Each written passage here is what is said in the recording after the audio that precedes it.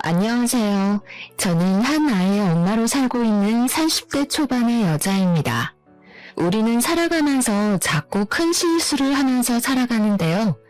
실수를 했다고 해서 좌절하고 자존감을 잃은 채 한탄만 하는 것보다는 그 안에서 긍정적인 면을 바라보고 교훈을 삼으려는 자세를 갖는 것이 중요한 것 같아요. 저도 이른 나이에 저의 삶을 완전히 바꿔버린 실수를 한 적이 있는데요. 그때 저를 보고 누군가는 혀를 차며 젊은데 고생한다는 사람이 있었고, 누군가는 다 지나간다면서 이겨낼 수 있다고 용기를 준 사람도 있었답니다. 저도 사연을 즐겨 들으면서 지금 힘든 시절을 겪고 계신 분에게 용기를 건네고 싶어 이렇게 제 이야기를 들려드려 볼까 해요. 저는 전문대를 졸업하고 작은 회사에 취직해서 사회생활을 시작했답니다.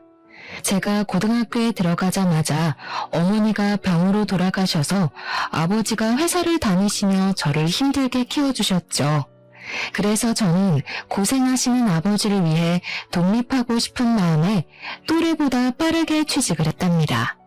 20대 중반이어서 퇴근하고 나면 친구들과 어울리는 걸 즐겼는데 제 친구의 지인과도 몇 번 술자리에서 만나게 되면서 친해지게 되었죠. 저에게 호감을 강하게 표시했기 때문에 어느샌가 매일 연락하는 사이가 되었고 자연스레 사귀게 되었죠. 남편은 갓 군대를 전역하고 복학한 대학생이었어요. 직장인과 연애를 했으면 편했을 텐데 역시나 시작부터 삐걱거리는 일이 생기더라고요. 초반에는 남편이 전혀 부담 갖지 말라고 하면서 데이트 비용도 거의 냈는데 저는 돈을 벌고 남편은 용돈 받는 입장이다 보니 점점 미안해지더라고요. 그래서 시간이 갈수록 제가 내는 횟수가 점점 늘어나기 시작했답니다. 처음에 제가 산다고 하면 화를 내던 남편은 나중엔 거의 당연하게 생각하는 것 같았어요. 동갑이었지만 제가 돈을 버니까 양보해야 하는 부분이라고 이해하고 넘기기로 했죠. 저는 아직 나이가 어렸기에 결혼은 전혀 생각하지 않았고 사실 남편과 성격이 잘 맞는 것 같지 않아서 이별을 준비하고 있었어요. 그런데 몸이 너무 무겁고 나른하고 어느 날은 샤워기를 들 힘도 없을 정도로 컨디션이 안 좋아졌어요. 어머니가 병을 늦게 발견하시고 돌아가신 게 저에겐 큰 트라우마가 되었기에 조금이라도 몸이 아프면 병원에 가는 게 습관이었거든요. 그래서 바로 내과에 가봤는데 산부인과에 한번 가보라고 하는 게 아니겠어요? 그럴 일이 없다고 부정했지만 2달 정도 생리를 하지 않았다는 걸 깨닫게 되었어요.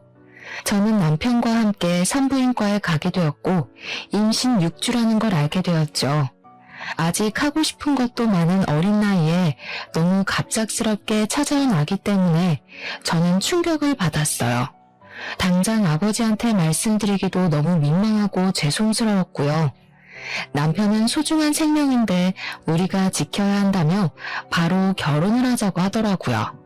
그렇게 남편과 아버지와 저녁 식사 자리를 잡고 조심스럽게 말씀을 드렸어요. 아버지는 놀라신 듯 한참 동안 아무 말도 없으시더니 저의 행복이 우선이라고 제가 원하는 대로 하라고 해주셨어요. 어떤 상황이든 아버지는 제 뒤에 있을 거라고요. 남편은 아기를 포기하는 건 인간이 하는 짓이 아니라면서 아직 학교에 다니고 있지만 아기를 위해 좋은 곳에 취직도 하고 잘 사는 모습을 보여주겠다고 아버지에게 호언장담을 했답니다. 그때는 그런 모습이 믿음직스러워 보였죠. 아버지의 허락을 받은 뒤에 처음으로 시댁을 찾아갔는데요. 입덧을 심하게 해서 음식을 먹기도 힘들었고 몸도 너무 힘들었지만 제 나름대로 단정하게 꾸미고 떡 케이크도 준비했죠.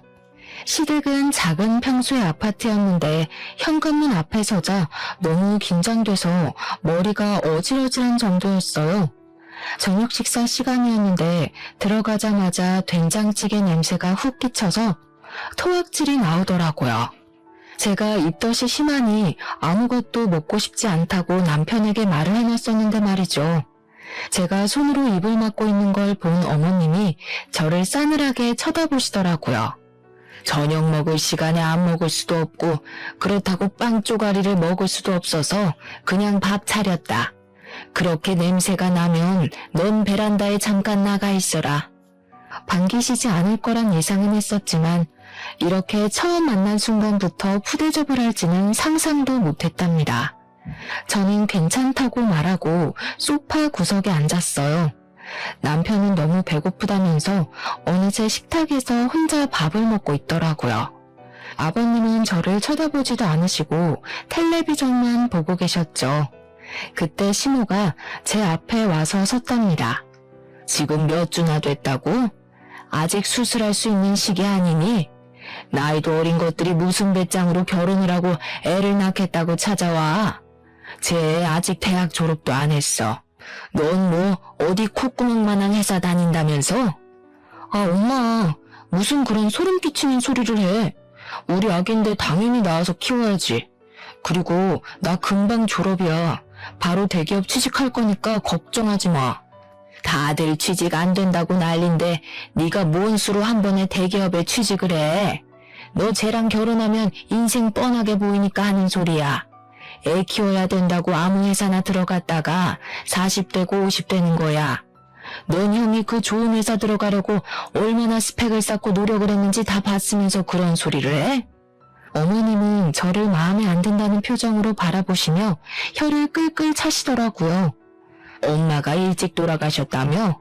그럴수록 더 조신하게 살아야지. 이게 다 부모 망신시키는 거야. 이렇게 함부로 몸 굴리는 애들은 그래서 다 하자가 있다니까. 말씀이 너무 심하시네요. 아기는 제가 혼자 만들었나요? 저도 결혼하고 싶지 않았는데 어머님 말씀을 들으니 다시 생각해 봐야겠네요. 안녕히 계세요. 저는 너무 화가 나서 혼자 나와버렸답니다. 남편이 나와서 잡았지만 얼른 택시를 타고 집으로 와버렸어요. 다시는 남편 어머님을 만나고 싶지 않다는 생각이 강하게 들었고 결혼 역시 진행하지 않으려고 했죠. 하지만 남편은 아기가 있고 사랑하는데 어떻게 헤어지냐면서 매일을 찾아와 울더라고요. 제가 퇴근하고 집에 오면 아버지와 함께 집에 들어와 있기도 했고요. 저 역시 마음을 굳게 먹고 산부인과에 찾아가려고 했지만 막상 들어가려고 하면 발길이 떨어지지 않았어요. 이상하게도 눈물이 계속 나고 마음이 아파서 앞에 서 있다가 그냥 돌아오곤 했죠. 그러다 보니 벌써 임신 12주에 접어들었고 저는 결국 아기를 지키고 결혼을 하기로 생각을 바꿨답니다. 그러면 뭐 하나요? 시모가 제가 되바라졌다고 절대 안 된다고 반대를 한다는데요. 결국 아버지가 시부에게 전화를 해서 오래 대화한 끝에 상견례 자리를 만들 수 있었죠. 남편은 나이가 8살 차이 나는 형이 있었는데 이미 결혼했고 4살짜리 아들도 있었어요. 저는 상견례에서 처음으로 아주버님 부부를 만나게 되었답니다. 형님도 저를 보자마자 대뜸 너무 어리다면서 애가 애를 낳으니 큰일이라고 혀를 차는 게 아니겠어요? 식사하는 내내 시모는 아버지에게도 무례하게 굴었는데 제가 되바라졌고 가정교육이 안 되었다고 하더라고요. 아버지는 그저 묵묵하게 듣고만 계셨어요. 시모는 집에 여유가 없으니 집을 해줄 수는 없고 일체 지원도 없을 거라고 했답니다.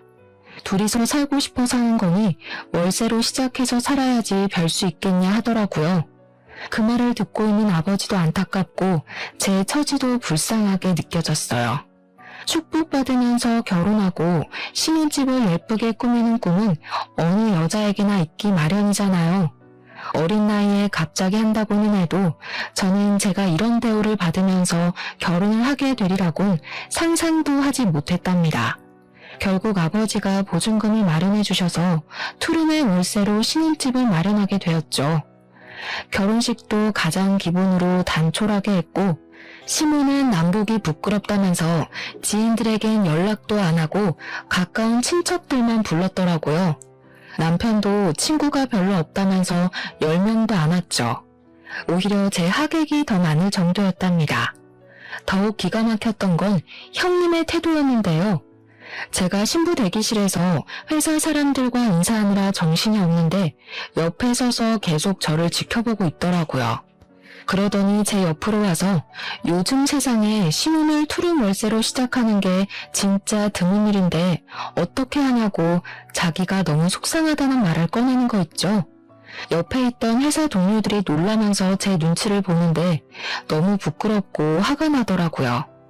그러고는 유유히 가버리는 형님한테 한마디 해보지도 못한 채 정신없이 결혼식은 끝이 났답니다. 그렇게 시간은 흐르고 배는 점점 불러오기 시작했어요. 매달 드는 생활비는 제 월급으로 충당하고 있었는데 남편은 생각이 있는 건지 돈을 아끼지 않고 쓰더라고요. 저는 배가 더 불러오면 이제 일도 관둬야 하는데 아르바이트를 하던지 정 안 되면 시댁에 좀 말해보라고 남편에게 말했죠. 남편은 바로 시댁에 전화해서 무슨 어린애가 용돈 타령하듯이 돈을 달라고 하는 거예요. 그러더니 저에게 핸드폰을 넘겨주는 거 있죠. 야, 너는 생각이 있니 없니? 공부하느라 힘든 애한테 일을 해서 돈을 벌어오라고? 내가 이럴까봐 결혼 반대한 거야. 네가 지금 내 아들 발목 잡고 있잖아. 지금 제가 생활비 다 대고 있어요. 저도 이제 일 그만둬야 하는데 앞으로 어떡하나요? 그래서 좀 여쭤보라고 한 거예요. 네가 하겠다고 해서 한 결혼 아니야? 네가 책임을 져야지. 그리고 왜 일을 관둬? 요즘은 막달까지 다 일하고 애 낳더라. 뭐가 그렇게 힘들다고 벌써 관둘 생각을 해?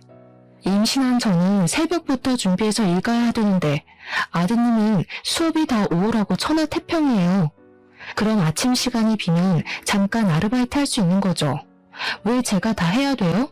아침에 공부를 하는지 잠을 자는지 네가 어떻게 알아? 네가 봤어? 우리 아들 어줍잖은 데 가서 돈 벌어오라고 시키지 말고 네가 애 낳기 전날까지 다녀. 대기업 다니려면 스펙 쌓으면서 준비해야 되는 거 알아 몰라? 그러고는 전화를 끊어버리더라고요. 저는 친정아버지에게도 차마 말을 할 수가 없어서 저는 정말 애 낳기 일주일 전까지 일을 다녔습니다. 회사 동료들이 오히려 제 몸 상태를 걱정할 정도였어요. 차마 돈이 없어서 다닌다는 말은 하지 못하고 젊어서 괜찮다며 웃어 넘겼죠. 임신 기간 내내 제가 먹고 싶은 음식 사 먹어본 게 손에 꼽을 정도여서 너무 서러웠답니다. 그런데 남편은 밖에서 사 먹을 거 다 먹고 술도 먹고 다니더라고요. 제 카드는 안 쓰는 걸 보니 시모가 따로 용돈을 챙겨주는 모양이었어요. 기대하지도 않았지만 그렇다고 자기 손주를 임신한 며느리한테 과일 한 번 사준 적 없고 집에 찾아오지도 않았답니다. 저는 그렇게 아기를 출산하면서 회사를 그만두게 되었어요. 워낙 작은 회사였기에 저에게 육아휴가까지 주면서 남아있으라고 하진 않더라고요. 암묵적으로 잘린 거나 다름없는 상황이었답니다. 저는 좁은 집에서 매일 아기를 돌보며 육아를 하게 되었는데요.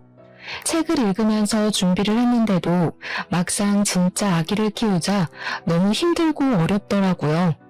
처음엔 목욕시키는 것도 너무 무섭고 속삭여 감싸는 법도 모르겠더라고요.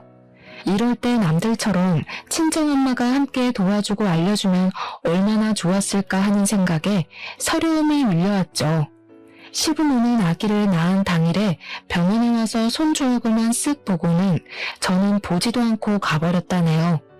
남편은 그렇게 소중한 생명이라고 말을 하더니 막상 아기가 태어나자 신경도 잘 안 쓰더라고요. 처음엔 제가 시키는 대로 젖병을 타고 기저귀도 갈아주고 하더니 시간이 지날수록 도서관에 가서 공부해야 한다면서 아침 일찍 나가서 밤늦게 나오는 날이 늘어나기 시작했어요. 저는 아기와 하루 종일 씨름하느라 머리도 못 감는데 남편은 나갈 때마다 얼마나 꾸미고 나가는지 보고 있으면 기가 막히더라고요. 너는 하루에 10분도 아기 봐주지도 않으면서 학교에 그렇게 꾸미고 갈 시간이 있어? 그럼 학교 갔는데 너처럼 후줄근하게 입고 다니면 좋겠냐? 아기는 집에서 노는 엄마가 봐야지. 네가 낳자고 해서 낳은 아기야. 근데 왜 나만 다 책임져야 돼? 잠도 못 자고 제대로 밥도 못 먹고 샤워도 못 해. 너는 내가 불쌍해 보이지도 않아? 그리고 생활비는 어쩔 거야? 나 모아둔 돈도 없는데 네가 돈을 구해와야 될 거 아니야. 아씨 진짜 시끄러. 너 이렇게 구질구질한 애였냐? 머리는 떡져가지고 밖에서 상큼한 애들 보다가 너 보면 진짜 한숨만 나온다. 난 몰라. 네가 우리 엄마한테 말해보든지. 너네 아빠한테 돈 달라고 해. 내가 누구 때문에 이렇게 됐는데 같이 아기 봐주고 도와줘도 힘든 판국에 또 아침 대바람부터 나가기만 해? 남편은 제가 나가지 말라고 악을 써도 제 손을 뿌리치고 나가버렸답니다. 이렇게 매일 실랑이 하는 날이 계속됐어요. 남편은 생활비는 전혀 신경도 쓰지 않아서 아기 분유 살 돈도 없었답니다. 저는 남편에게 실망을 했고 점점 정이 떨어지기 시작했어요. 어느 날 너무 힘들어서 울고 있는데 친정 아버지에게 전화가 왔더라고요. 저는 괜찮은 척 받았지만 다정한 아버지의 목소리에 그만 펑펑 울고 말았죠. 아버지는 바로 회사 반차를 쓰시고 집으로 오셨어요. 아버지는 잠도 제대로 못 자서 쾌한 제 얼굴을 보시고는 얼른 들어가서 눈 좀 붙이라고 저를 방으로 밀어넣으시더라고요. 그 덕에 아주 오랜만에 깨지 않고 푹 잘 수 있었죠. 거실로 나가보니 아빠가 아기와 놀아주고 계시더라고요. 제가 아기를 받아들자 아버지는 밥 먹으라면서 식탁을 가리키셨어요. 제가 좋아하는 보쌈을 시켜놓으셨더라고요. 매일 미역국에 밥만 말아먹다가 오랜만에 먹으니 얼마나 맛있던져. 아버지는 아기를 안고서 제가 먹는 모습을 물끄러미 바라보시더라고요. 아버지는 남편과 말을 좀 해봐야겠다고 기다리셨지만 남편은 밤 11시가 돼도 들어오지 않았어요. 아버지는 혀를 차시면서 돌아가셨죠. 아버지가 가신 지 얼마 되지 않아 통장으로 돈이 입금되었다는 메시지가 왔더라고요. 말을 안 했지만 제가 사는 게 힘든 걸 아셨는지 몇 달 지낼 수 있는 넉넉한 액수를 보내주셨더라고요. 아버지께 한없이 죄송한 마음이 들어서 눈물을 펑펑 흘렸죠. 그렇게 아기를 키우느라 시간이 정신없이 흘러가고 결혼하고 처음 맞는 설 명절이 다가왔어요. 저는 명절 전날에 남편과 아기와 함께 시댁으로 갔죠. 시모는 장을 잔뜩 봐놓고 저를 기다리고 있더라고요. 이제 매년 음식을 해야 하니까 제대로 배우라고 하면서 저에게 끊임없이 일을 시켰죠. 저는 사실 요리를 제대로 해본 적이 없어요. 어머니가 돌아가신 후에는 아버지가 요리를 잘하셔서 항상 저녁을 차려주셨어요. 그리고 거의 사 먹을 때가 많았거든요. 시모는 제가 칼질하는 걸 보더니 혀를 끌끌 찼답니다. 칼질도 제대로 못하는 걸 보니까 여태 어떻게 살아왔는지 딱 보이네. 너 우리 아들 밥도 안 해주지? 아유 속상해. 어디서 이런 굴러먹지도 못한 게 시집을 와서. 왜 서운하게 말씀을 그렇게 하세요? 밥 해줄 시간도 없이 아침에 나갔다가 밤에 와요. 그리고 아기 보느라 제 밥도 못 해먹는데 어머니는 제 밥 한번 챙겨주신 적 있어요? 말 대답 좀 또박또박 하지 마. 내가 왜 네 밥을 해줘? 내가 애 낳으라고 했어? 네가 낳겠다고 해서 이 사다를 만든 거야. 잔말 말고 이거 다 다져놔. 그 다음에 이거 다 썰어놓고 빨리빨리 해. 남편과 시부는 아기 앞에 놓고 텔레비전이나 낄낄대며 보고 있었어요. 아기가 울어도 달래주지도 않고 신경도 안 쓰는데 정말 화가 나더라고요. 저는 고무장갑을 끼고 일하다가도 아기가 울면 달려가서 안아주고 또 가서 일을 해야만 했어요. 아무리 아기 보라고 얘기해도 남편은 듣는 척도 안 하는데 얼마나 얄미운지요. 늦은 저녁까지 음식을 만들고 있는데 그제야 형 내외가 아이를 데리고 왔더라고요. 형님은 들어오자마자 회사에 일이 생겨서 해결하고 오느라 늦었다면서 바로 흰 봉투를 시모에게 찔러주더라고요. 시모는 좋은 회사에서 일하는 사람이 그럴 수 있다면서 이제부턴 둘째 며느리가 다 할 거니까 너는 한숨 놓으라고 말하는 게 아니겠어요? 내가 일이 너무 바빠서 어머님을 못 도와드릴 때가 많아. 마음이 항상 안 좋았는데 이제 동서가 있으니까 한시름 놓겠네. 저는 요리하는 게 너무 서툴고 아기 보느라 어머니 돕느라 정신없이 힘들었어요. 앞으로 형님도 같이 해주셨으면 좋겠어요. 아직도 20대인데 뭐가 힘들어? 내가 동서 나이 때는 날아다녔어. 해외여행 다니고 밤새워서 놀아도 하루만 자고 나면 멀쩡했어. 하긴 동서는 아기가 있어서 어디 동네 앞도 제대로 못 나가겠네. 아, 그러게 왜 사고를 쳤어? 다 그 나이 때 누려야 될 게 있는데 옆에서 보는 내가 다 안타까워. 형님, 저번부터 느꼈던 건데 말씀을 이상하게 하시네요. 그렇게 안타까우시면 말로만 그러지 마시고 돈 좀 주시지 그래요. 형님 돈 잘 버신다면서요. 이 화상 또 말대답하고 있네. 손이 형님이 얘기하면 알겠습니다 하고 들을 것이지. 틀린 말 한 것도 없구먼. 애가 철도 없고 교육도 못 받아서 이래. 네가 속상해도 이해해라. 보면 여동생 같고 짠하니까 그러는 건데 자기가 못 받아들이면 어쩔 수 없는 거죠. 나이 들면 다 이해를 하겠죠. 어머니가 고생 많으세요. 그나저나 어머니, 저희 저번에 청약 넣어놨던 아파트 당첨될지도 모르겠어요. 두 사람은 화기애애하게 대화하면서 안방으로 쏙 들어가 버리더라고요. 혼자 밥상을 차리는 게 성질이 나서 남편을 불렀는데 대답이 없었어요. 집안을 찾아보니 없길래 전화를 했더니 동네 친구들을 만나러 나갔다는 거예요. 저는 남편도 없는 시댁에서 아기 보느라 밥도 못 먹었는데 시댁 식구 누구도 아기 봐줄 테니 밥 먹으란 소리도 안 하더라고요. 저는 화가 나서 형님에게 아기를 안겨버리고 밥을 챙겨 푹푹 먹어버렸답니다. 형님이 기가 막힌다는 표정으로 저를 계속 노려보고 있더라고요. 저는 낯선 집 거실에서 아기와 자야 했는데요. 남편은 술에 잔뜩 취해서 새벽에 들어오더라고요. 남편이 부스럭 소리를 내니까 잠들었던 아기가 깨어나서 울기 시작했어요. 저는 너무 화가 나서 남편에게 한 소리 했죠. 지금이 몇 시야? 난 시댁 눈치 보면서 아기 보고 있는데 또 술을 먹고 들어와? 오랜만에 친구들 만났는데 그럼 어떡해. 쪽팔리게 아기 있다고 나 먼저 들어가냐? 그때 소리를 들은 시모가 불이 나게 거실로 나오더라고요. 너는 시댁에 와서도 남편을 잡고 있어? 남자가 오랜만에 친구 좀 만나서 늦게 들어올 수도 있지. 왜 이렇게 남편을 다그쳐? 얘가 진짜 못된 짓만 골라서 하네? 어머니, 진짜 너무하시네요. 저를 싫어하시는 건 알지만 어떻게 손주한테도 신경을 이렇게 안 써주세요? 저 부려먹으려고 부르신 거지 진짜 같이 명절 보내자고 부르신 거예요? 전 이 집 판이 아니에요. 저도 우리 집에선 귀한 딸로 자랐어요. 결혼하면 출가 외인인 거 몰라? 그렇게 귀하게 자랐는데 결혼도 하기 전에 애를 가지니? 내가 남사스러워서 어디다 며느리 봤다고 말도 못해. 니까짓 게 뭘 그렇게 대단하다고 내가 며느리 대접을 해줘야 돼? 며느리로 생각하지도 않는데 제가 여기 있을 필요가 없네요. 제가 빠져드릴게요. 저는 아기를 데리고 새벽에 시댁을 나와버렸어요. 어이없게도 남편은 따라 나오지도 않았죠.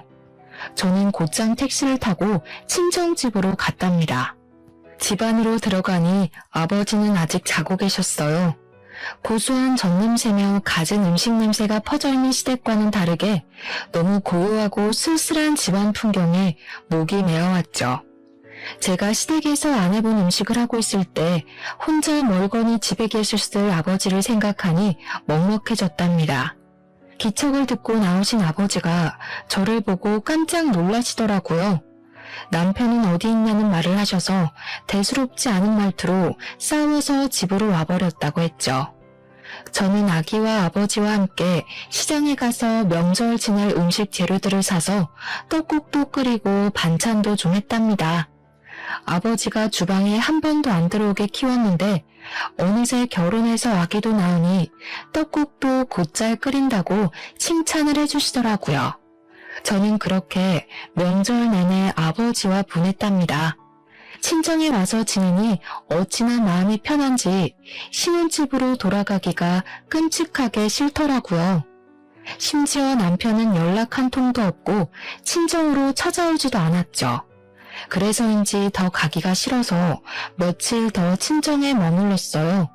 하지만 아버지가 어른으로 책임을 다해야지 싫다고 피하기만 하면 안 된다면서 집으로 돌아가라고 완강하게 말씀하시더라고요. 그러고는 저에게 남편과 상관없이 혼자의 힘으로 독립할 수 있어야 진정한 어른이 될 수 있다며 집에 있는 동안 자격증이나 전문직 시험을 준비해보라고 하셨죠. 학원이든 뭐든 아버지께서 다 지원해 주시겠다고 말이에요. 저도 아버지의 조언을 진지하게 받아들이고 차근차근 알아보겠다고 말했어요. 저는 어쩔 수 없이 다시 집으로 돌아가 혼자 아기를 돌보는 쳇바퀴 같은 일상을 이어나가야만 했답니다. 친했던 친구들은 회사 다니고 연애하고 예쁜 옷 입고 여행 다니느라 바쁜지 점점 연락이 줄어들어만 갔죠. 저는 친구들에게 시댁이며 남편 얘기로 하소연하는 것도 창피해서 혼자 속으로만 사귀면서 지냈고 남편하고도 대화를 거의 안 해서 하루 종일 한마디도 안 한 적도 있을 정도였어요. 그랬더니 외로움을 넘어서 우울증이 오는 것 같았답니다. 그래도 행복한 게 있다면 무럭무럭 자라는 아기를 지켜보는 일이었어요. 너무 가슴이 아파서 울고 있다가도 아기가 한번 방긋 웃어주면 저도 함께 웃게 되더라고요. 어느새 아기는 돌이 가까워지고 있었답니다. 어느 날 시모가 대뜸 전화해서는 중요한 일이 있으니 저녁에 시댁으로 오라는 게 아니겠어요. 아기랑 둘이 가기 힘들다고 하니까 말이 많다면서 안 오면 큰일 날 줄 알라고 엄포를 놓고 끊어버리더라고요. 남편에게 몇 번을 전화해도 받지도 않길래 갈까 말까 고민을 하다가 아기를 안고 집을 나섰죠. 날씨가 쌀쌀해서 택시를 타려고 했는데 퇴근 시간 직전이라 요금이 너무 많이 나올 것 같더라고요. 항상 생활비가 없어 쪼들렸기 때문에 버스를 타고 가기로 했죠. 간신히 자리에 앉았지만 아기가 울까봐 조마조마한 마음으로 어서 내리기만을 기다린 마음을 누가 알까요? 내려서도 아기를 안고 한참을 걸어가서야 시댁에 도착할 수 있었는데 집에 들어가 보니 남편이 소파에 누워있더라고요. 기가 막혀서 남편을 노려보니까 시부가 퇴근하면서 같이 타고 왔다는 게 아니겠어요. 아기를 업고 낑낑대며 시댁까지 제 발로 온 제 모습이 어찌나 한심하게 느껴졌는지 몰라요. 그때 형님 부부가 먹을 걸 양손 가득 싸들고 들어오더라고요. 호들갑을 떨면서 식탁에 음식들을 펼쳐놓고 샴페인까지 따고 난리를 부렸는데요. 그토록 가고 싶었던 아파트에 청약 당첨되었던 거예요. 저만 빼고 아주 잔치 분위기더라고요.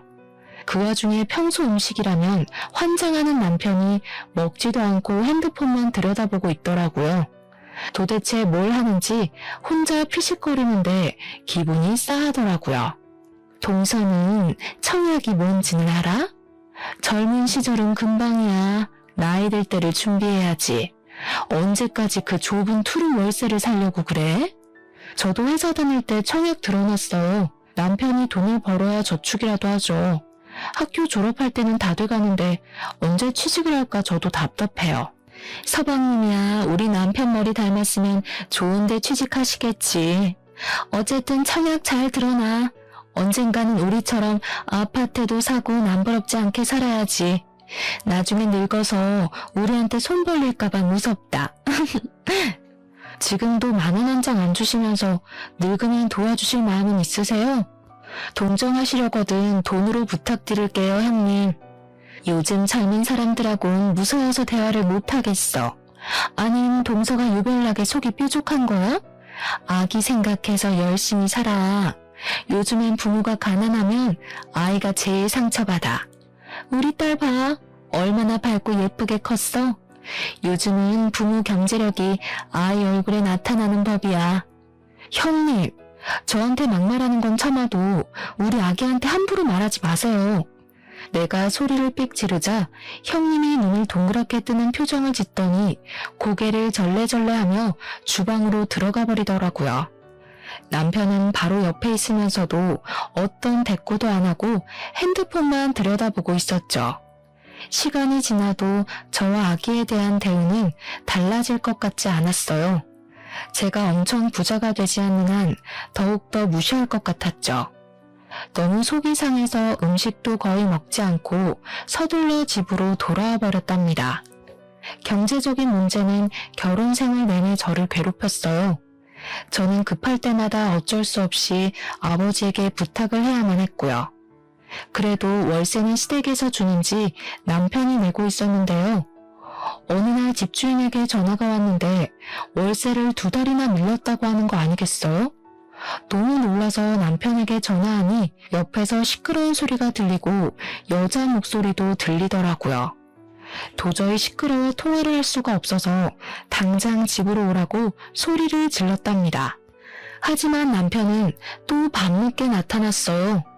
집주인한테 전화 왔는데 월세가 2달이나 밀렸다며. 어떻게 된 거야?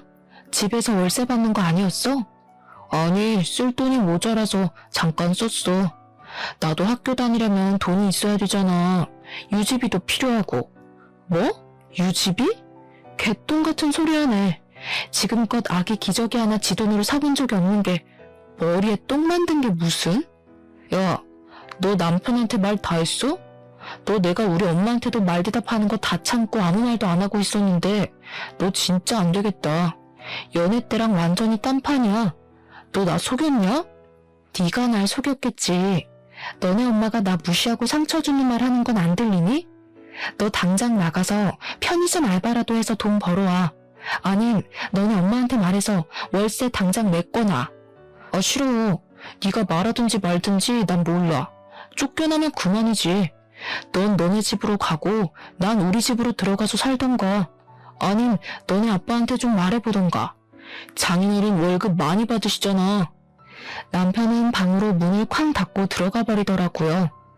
그렇게 몇 시간이 흘렀고 저는 다시 대화를 해보기 위해 방으로 들어갔답니다. 남편은 천하태평하게 침대에 뻗어서 잠을 자고 있더라고요. 남편의 옆에 있는 핸드폰에서 메시지 알람이 울리길래 쎄한 기분이 들어 한번 확인을 해보기로 했어요.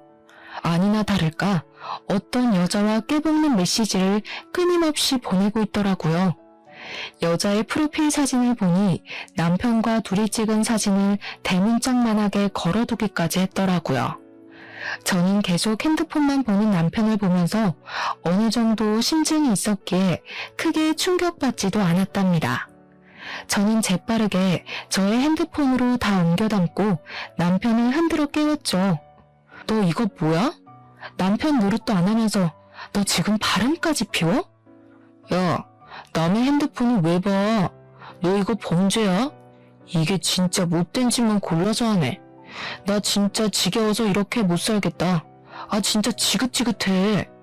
남편은 그렇게 도망치듯이 나가버렸고 며칠이 지나도 집에 들어오지 않았어요.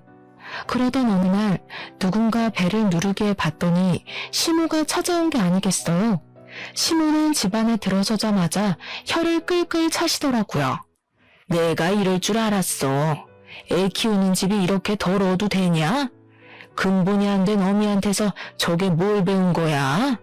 얼마나 남편이 쥐잡듯이 잡았으면 무섭다고 애가 집에를 안 간다고 그러니? 너 안 되겠다. 당장 우리 아들한테서 떨어져. 어머니는 얼마나 근본이 되셨길래 그렇게 모주리 같은 아들을 두셨어요? 그 모주리가 바람까지 피우던데 아세요? 이게 남의 귀한 아들한테 막말이야? 바람은 무슨 학교 친구끼리 친하게 지내지도 못해? 너는 대학을 짧게 나와서 그런 걸 모르나 보지? 네 얼굴 보는 것도 지긋지긋하니까 잔소리 말고 당장 이혼해. 저도 댁 같은 시어머니 꿈에서 볼까 무서워서 잠도 못 자겠네요. 이혼해 줄 테니 당장 꺼져요. 이 되바라진 게 끝까지 말하는 것 좀 봐. 갑자기 시모가 제 머리채를 확 잡고 마구 휘두르기 시작했어요. 제가 키가 더 컸기 때문에 저도 질세라 시모 머리채를 잡고 같이 흔들기 시작했답니다. 시모가 애구구 소리를 내면서 넘어지더니 저한테 악을 쓰기 시작했죠. 이 집 우리 아빠가 보증금 내주고 지금 월세도 내가 내고 있는 집이니까 당장 꺼져요. 저는 시모를 현관문 쪽으로 힘껏 밀어서 문 밖으로 쫓아냈어요. 시모는 문 앞에서 한참 동안 소리를 고래고래 지르다가 이웃집에서 뭐라고 말이 나오자 돌아가더라고요. 그렇게 시간이 흘렀고 시댁 연락은 받지도 않고 발길도 끊었죠. 남편은 아예 시댁에서 살면서 학교를 다니더라고요. 저도 남편에게 더 이상 미련이 남아있지 않았기 때문에 연락도 하지 않았어요. 어느 날 저는 아기를 업고 남편의 대학교로 찾아갔죠.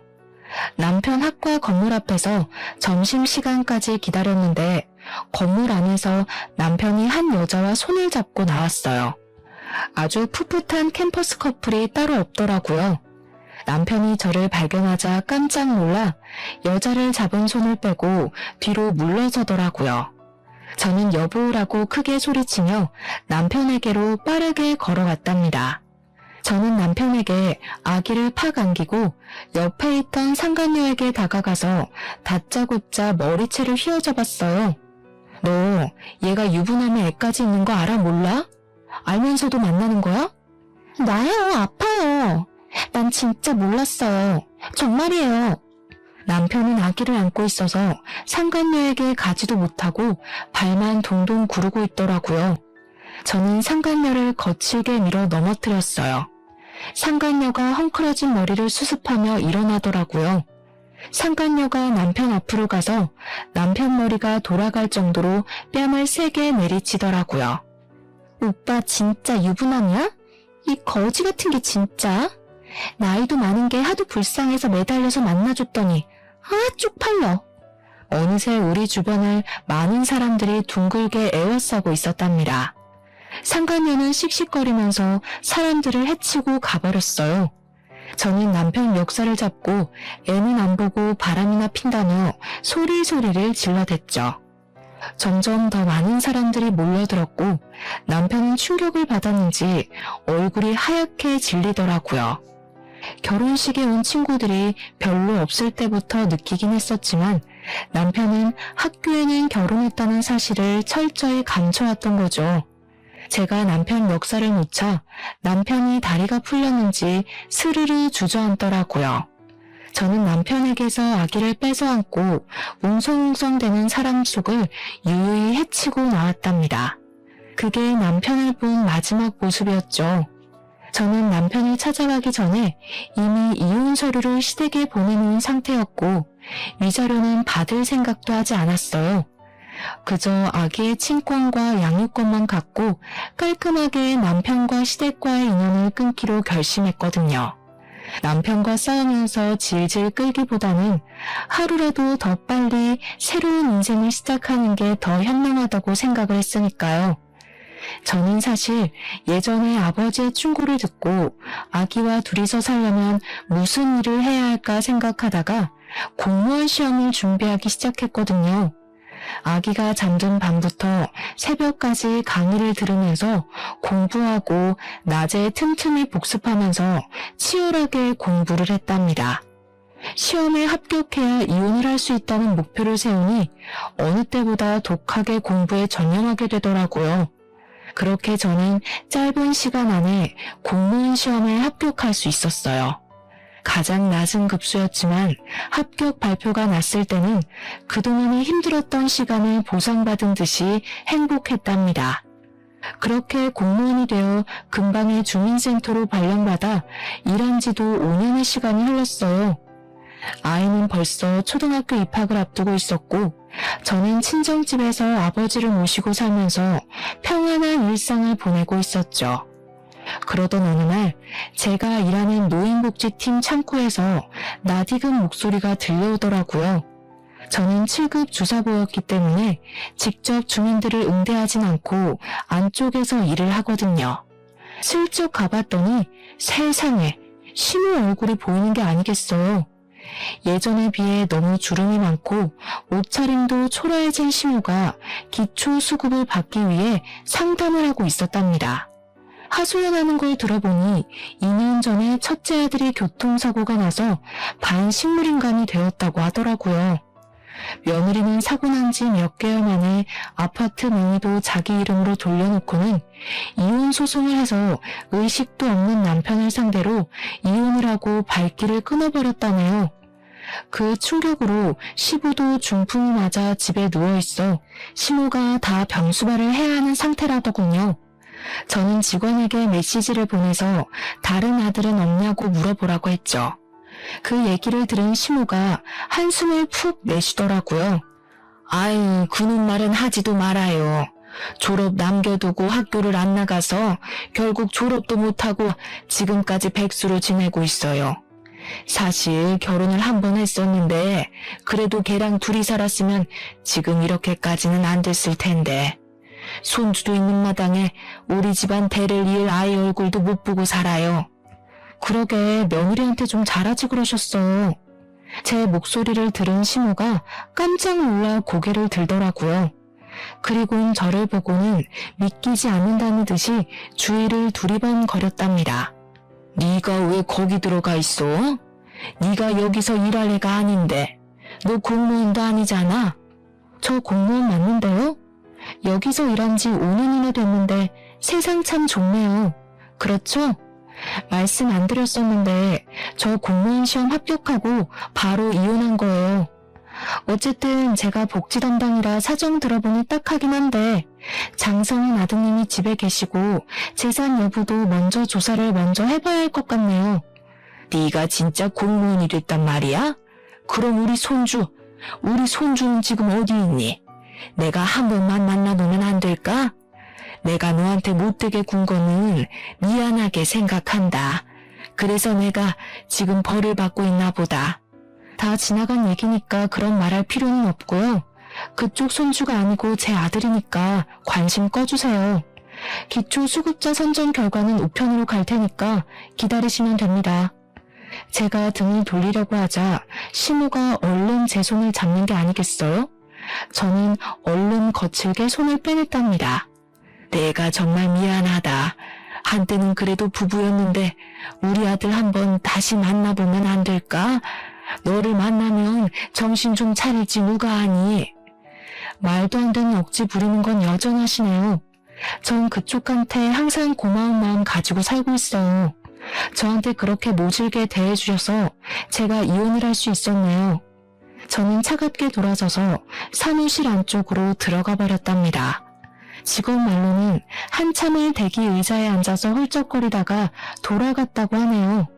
역설적이게도 시모는 그 잘난 아들 덕분에 기초수급자로 선정되지 못했고 주민센터에 다시 오지는 않더라고요.